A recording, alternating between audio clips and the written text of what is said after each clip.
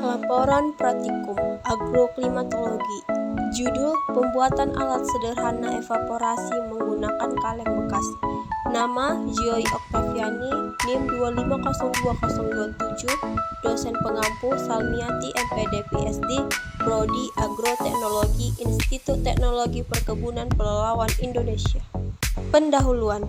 Evaporasi merupakan proses perubahan air dari fase cair menjadi uap yang terjadi secara alami sebagai bagian penting dalam daur hidrologi.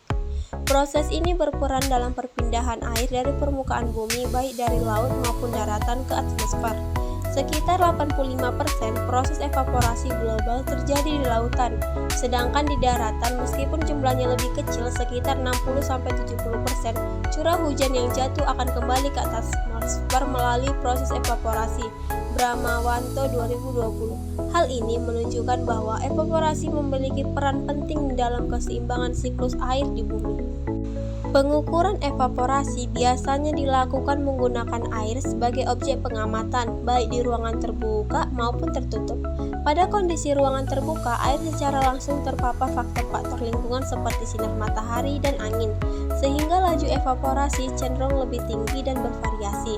Hal ini karena adanya pengaruh kuat dari radiasi matahari, defisit tekanan uap air, serta kecepatan angin yang menjadi faktor dominan dalam proses penguapan. Trina 2021. Oleh karena itu, pengukuran di ruangan terbuka sering digunakan untuk menggambarkan kondisi nyata di lapangan. Sebaliknya, pada ruangan tertutup, proses evaporasi terjadi dengan pengaruh lingkungan luar yang lebih terbatas. Tujuan praktikum: membuat alat sederhana untuk mengukur laju evaporasi serta memahami proses penguapan air di lingkungan. Alat dan bahannya berupa kaleng sama besar, penggaris, dan air. Cara kerja: ambil kaleng bekas dan bersihkan terlebih dahulu dari kotoran atau sisa-sisa bahan yang mungkin ada di dalamnya. Kedua, isi kaleng dengan air hingga mencapai level tertentu. Pastikan untuk mengukur ketinggian permukaan air menggunakan penggaris untuk memastikan volume air yang digunakan konsisten. Ketiga, tempatkan kaleng yang sudah diisi air di area ruangan terbuka yang memungkinkan pengaruh faktor lingkungan seperti suhu, kelembapan, dan angin. Biarkan kaleng terpapar selama waktu yang telah ditentukan. Keempat, isi kaleng dengan air lagi hingga level yang sama seperti sebelumnya. Kemudian ukur ketinggian permukaan airnya menggunakan penggaris. Setelah itu, letakkan kaleng di ruangan tertutup di tempat yang terhindar dari angin dan sinar matahari langsung. Hasil: pada pagi hari, nilai evaporasi di ruangan terbuka menurun sedikit dari 13 cm menjadi 12,9 cm pada setiap hari dari hari 1 hingga hari 7. Ini berarti sekitar 0,1 cm air teruap setiap harinya. Di ruangan tertutup, nilai evaporasi tetap stabil pada 13 cm, menunjukkan bahwa tidak ada penguapan yang signifikan. Kriteria kualitas evaporasi di ruangan terbuka berada dalam kategori sangat rendah dan rendah, yang mencerminkan bahwa faktor suhu rendah dan kelembapan tinggi menghambat laju evaporasi pada pagi hari. Pada siang hari, penguapan di ruangan terbuka sedikit lebih tinggi dengan nilai yang berkisaran antara 12,5 cm hingga 13 cm. Hal ini menunjukkan bahwa penguapan yang terjadi adalah sekitar 0,1 cm hingga 0,2 cm per hari. Di ruangan tertutup, nilai evaporasi tetap pada 12,8 cm hingga 13 cm. Dengan kriteria kualitas evaporasi yang konsisten di sangat rendah dan rendah. Meskipun ada variasi kecil, tingkat evaporasi tetap rendah pada kedua ruangan. Pada sore hari, nilai evaporasi di ruangan terbuka berkisaran antara 12,8 cm hingga 12,9 cm, dengan sedikit variasi yang menunjukkan penguapan sekitar 0,1 cm per hari. Pada hari 7 terjadi hujan yang menyebabkan nilai evaporasi di ruangan terbuka meningkat menjadi 15,1 cm, yang disebabkan oleh air hujan yang mengenang, bukan oleh penguapan biasa.